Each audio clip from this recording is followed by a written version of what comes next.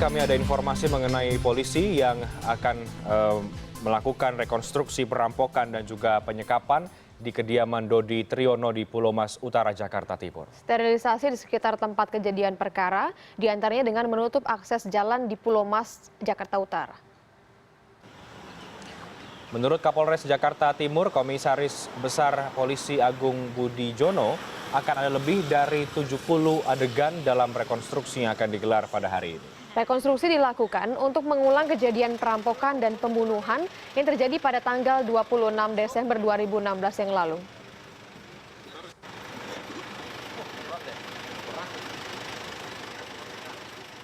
Dan untuk mengetahui bagaimana persiapan rekonstruksi pada hari ini, kami sudah akan bergabung dengan korespondensi CNN Indonesia, ada Mahardika Utama di Pulau Mas, Jakarta Timur saat ini. Ya, good morning Dika. Jadi bagaimana sejauh ini? Apakah rekonstruksi sudah dilakukan atau sedang berjalan? Ya, good morning Reinhard dan juga Daniar. Rekonstruksi perampokan dan juga penyekapan yang berakhir pada tewasnya 6 orang korban jiwa di kediaman Dodi Triyono ini sudah dimulai sejak pukul 8 tadi atau sekitar 15 menit yang lalu. Dan saat ini adegan reka ulang sudah memasuki reka ulang yang ke-18 atau adegan ke-18 di mana tersangka Yuspane, tersangka Erwin Situmorang dan Ramlan Butar-Butar sudah mulai masuk ke halaman rumah dari Dodi Triyono di Pulau Mas Utara, Jakarta Timur ini. Dan di rekonstruksi ini ternyata hanya diikuti oleh satu tersangka saja, yaitu Yuspane. Sementara itu dua tersangka lain, yaitu Erwin Situmorang dan juga Alvin Sinaga, tidak mengikuti rekonstruksi ini mengingat kondisi fisik yang belum memungkinkan setelah sebelumnya dilumpuhkan oleh kepolisian pada saat ditangkap beberapa waktu lalu. Informasi yang saya dapatkan dari Kapolres Metro Jakarta Timur, Komisaris Besar Polisi Agung Budiono, disebutkan bahwa akan ada lebih dari 70 adegan yang direka ulang dalam rekonstruksi untuk melakukan adegan-adegan yang sama ketika peristiwa perampokan 26 Desember lalu. Dan di rekonstruksi ini juga dihadiri oleh tim dari Kejaksaan serta para tersangka juga didampingi oleh satu orang kuasa hukum, yaitu Jarod Widodo yang juga mendampingi tersangka.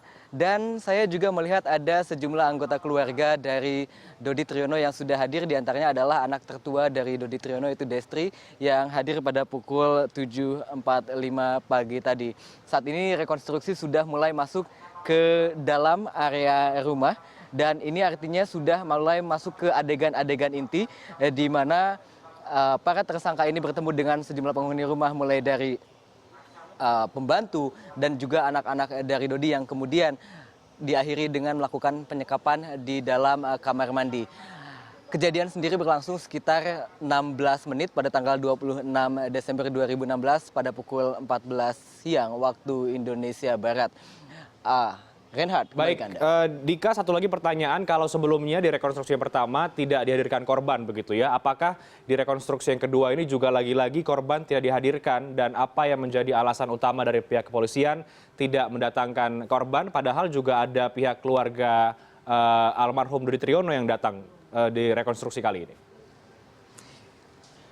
Ya, betul sekali Reinhard. Pada rekonstruksi kali ini sama halnya seperti pada saat prarekonstruksi, korban tidak diperankan langsung oleh korban yang sesungguhnya, namun oleh para pemeran pengganti. Hal ini dilakukan menurut informasi yang saya dapatkan dari Komisaris Besar Polisi Agung Budiono adalah untuk menghindari traumatik yang dialami oleh para korban di Pulau Mas Utara ini. Kita tahu pada tanggal 26 Desember 2016, 11 orang penghuni dari rumah ini, termasuk satu orang teman dari anak Dodi Triyono, disekap di dalam ruangan kamar mandi yang hanya berukuran 1,5 kali 1,5 meter saja. Dan mereka baru ditemukan keesokan harinya atau lebih dari 16 jam setelah kejadian ini berlangsung. Reinhard, baik Anda. Terima kasih Mahardika Utama, koresponden CNN Indonesia. Tentu ini menjadi hal penting juga untuk mengetahui fakta tentang pembunuhan.